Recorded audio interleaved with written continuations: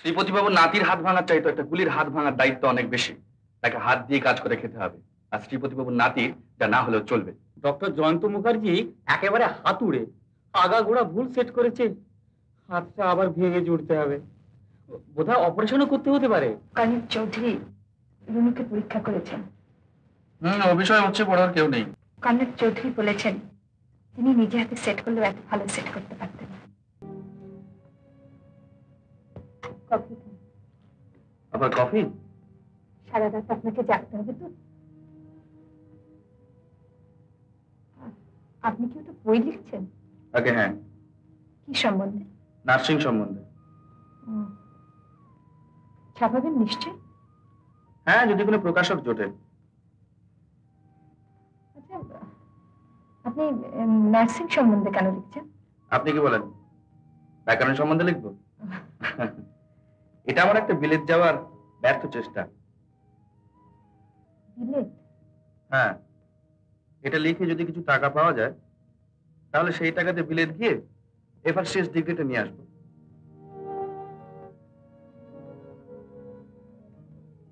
আপনার বিলেতি ডিগ্রির এত মোহ কেন? এটা মোহ না মিস মেনেছি, এটা প্রয়োজন। একটা সাধারণ এমবিবিএস ডাক্তারের আর কতটুকু জ্ঞান। মনে মনে কত স্বপ্ন করেছি, বিলেত যাব, বড় ডাক্তার হব, মহাত্মা পাস্তুরের মতো রিসার্চ করব, আরো কত।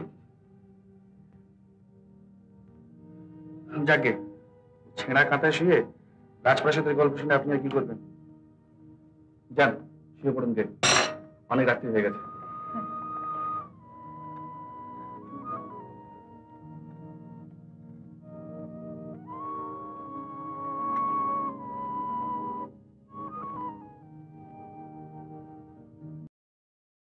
আর কোনো কষ্ট হচ্ছে? মোটেই না, মনে হচ্ছে একেবারে সেরে গেছে। একেবারে সাথে একটু সময় নেবে।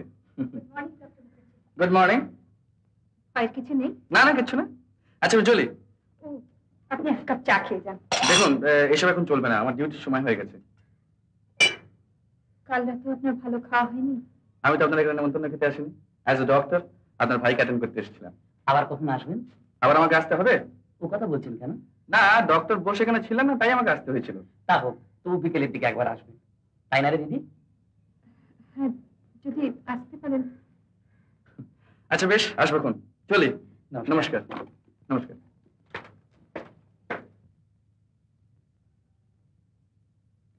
ডক্টর মুখার্জি একজন বাহাদুর লোক।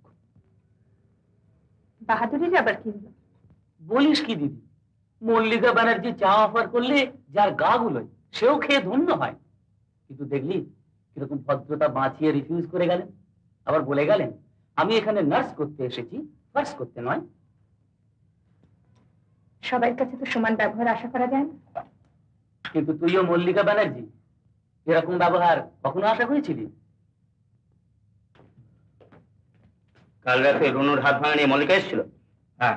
তা আমাকে একবার খবর দেওয়াটা প্রয়োজন বোধ করেনি? না না, শ্রীপতিবাবু কত বড় লোক তা জানেন? বাড়ি কদ্দুর দিকে তাই তো মনে হলো। তার নাতির হাত ভাঙাটা আমাদের কাছে কত বড় রেসপন্সিবিলিটি সেখানে আপনার আছে? আপনার কুলি কাবারি নয়। একটা কুলির হাতে যতগুলো হার, শ্রীপতিবাবুর নাতির হাতেও ঠিক ততগুলো হার। ডাক্তার হিসেবে আমার কাছে দুটোই সমান। খুব আছে। না হয় ডক্টর চ্যাটার্জি, শ্রীপতিবাবুর নাতির হাত ভাঙার চাইতো একটা গুলির হাত ভাঙার দায়িত্ব অনেক বেশি। তাকে হাত দিয়ে কাজ করে খেতে হবে। আর শ্রীপতিবাবুর নাতির যা না হলেও চলবে।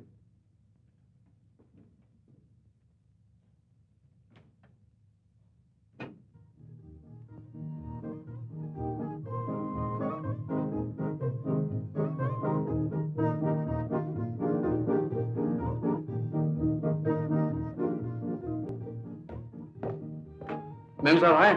जी नहीं, बाहर चले गई। বাহার চলে গেল? এই যে মিস ব্যানার্জি, আপনার ভাই নিশ্চয়ই ভালো আছেন? ভালো, কিন্তু কিন্তু কি? রুনু তো এখানে নেই। নেই? আমি ডক্টর চ্যাটার্জির সঙ্গে রুনুকে মাত্র কলকাতা পাঠিয়ে দিলাম। ও, ডক্টর মুখার্জি, আপনি কিছু মনে করবেন না। দেখুন, ডক্টর চ্যাটার্জি আমাকে বললেন বুঝতে পেরেছি। ডক্টর চ্যাটার্জি বললেন কম্পাউন্ড ফ্র্যাকচার। যদি হাতটা ভালোভাবে সেট না হয় তাহলে সারা জীবনের মতো।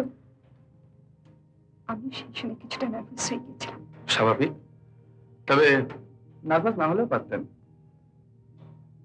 আচ্ছা চলি, নমস্কার।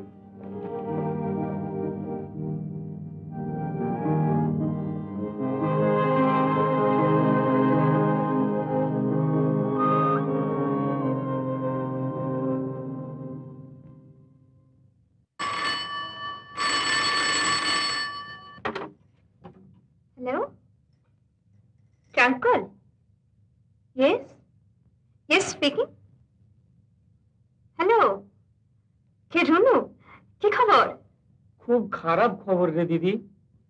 খারাপ খবর মানে? ডক্টর জয়ন্ত মুখার্জি একেবারে হাতুড়ে আগাগোড়া ভুল সেট করেছে। হাতটা আবার ভেঙে জুড়তে হবে, বোধহয় অপারেশনও করতে হতে পারে। সর্বনাশ! সর্বনাশ বলে সর্বনাশ, হাতটা একেবারে জন্মের মতো ছোট হয়ে গেল রে। ডক্টর চ্যাটার্জি তো তাহলে ঠিকই বলেছিলেন। তোকে কে দেখলেন কে? বোন সার্জারিতে সবচেয়ে বড় যিনি, সেই কর্নেল চৌধুরী। ডক্টর মুখার্জিকে নিশ্চয়ই যাতা বললেন? বললেন না, খুব যাতা বললেন। আমার তো দুঃখ হচ্ছিল তুই শুনতে পেলি না বলে। কি বললেন? বললেন যে এমন ভাবে সেট করেছেন যে তিনি নিজে করলেও এর চেয়ে ভালো সেট করতে পারতেন না। যা, সত্যি? হ্যাঁ রে, আরো বললেন যে ডক্টর মুখার্জি তার একজন খুব প্রিয় ছাত্র ছিলেন, অনেক মেজর অপারেশন করেছেন সাকসেসফুলি। তবে এতটা নার্ভাস না হলেও পারতেন। হ্যালো, হ্যালো দিদি, এই দিদি। হ্যাঁ হ্যাঁ হ্যাঁ হ্যাঁ হ্যাঁ, বল। বাহ, দিদি খুব খুশি তো? নিশ্চয়ই খুব খুশি হয়েছি তোর হাতটা ভালো করে সেট করেছেন বলে।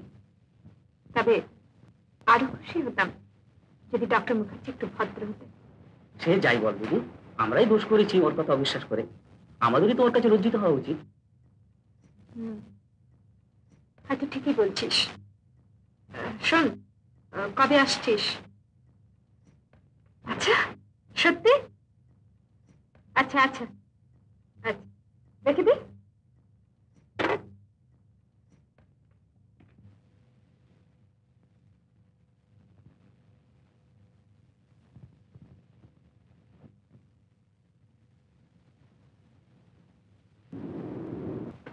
হ্যাঁ ডক্টর মুখার্জি, আমি আপনার জন্য অনেকক্ষণ বসে আছি। বসুন। কি হলো আবার? কিছু হয়নি, রুনু ফোন করেছিল। কর্নেল চৌধুরী রুনুকে পরীক্ষা করেছেন। ও বিষয়ে হচ্ছে পড়ার কেউ নেই। কর্নেল চৌধুরী বলেছেন তিনি নিজে হাতে সেট করলেও এত ভালো সেট করতে পারতেন না।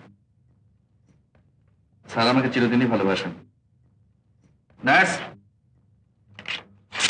এটা 1 নম্বর ক্যাবিনের পেশেন্টের জন্য, এখানে একটা খাইয়ে দিন।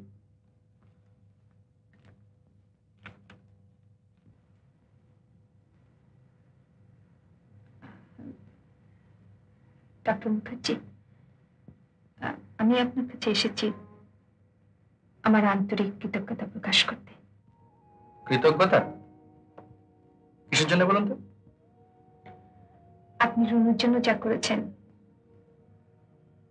তার জন্য আপনার কাছে ঋণ যথেষ্ট।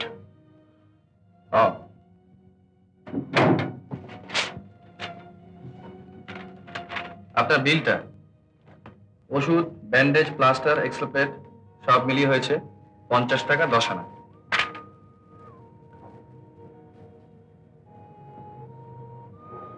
আর সেদিন আপনি সারা রাত জেগেছিলেন, তার জন্য নিশ্চয়ই আপনার কিছু পাওনা হয়েছে। ওটা আপনি ডক্টর বোসকে দিয়ে দেবেন, কারণ চাকরির শর্ত অনুসারে ফিস বলে কিছু নেবার অধিকার আমার নেই। এত বড় কেস করার পরেও আপনার কিছু পাওনা নেই? আছে। আপনার এই 50 টাকা 10 আনা ওষুধের বিলের 10%, দ্যাট ইজ 5 টাকা 1 আনা, আর আপনার কৃতজ্ঞতা যেটা নগদ দিলেন। আপনি ভাববেন না কোনো দিক দিয়ে আমার ঠকা হবে না। আচ্ছা, নমস্কার।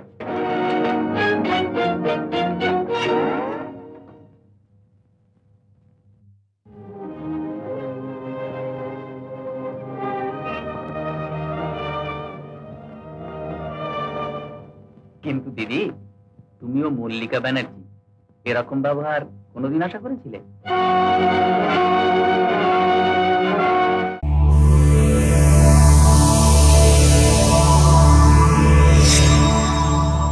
উত্তম কুমারের সেরা সিনেমা দেখতে হলে ডাউনলোড করুন ক্লিক অ্যাপ।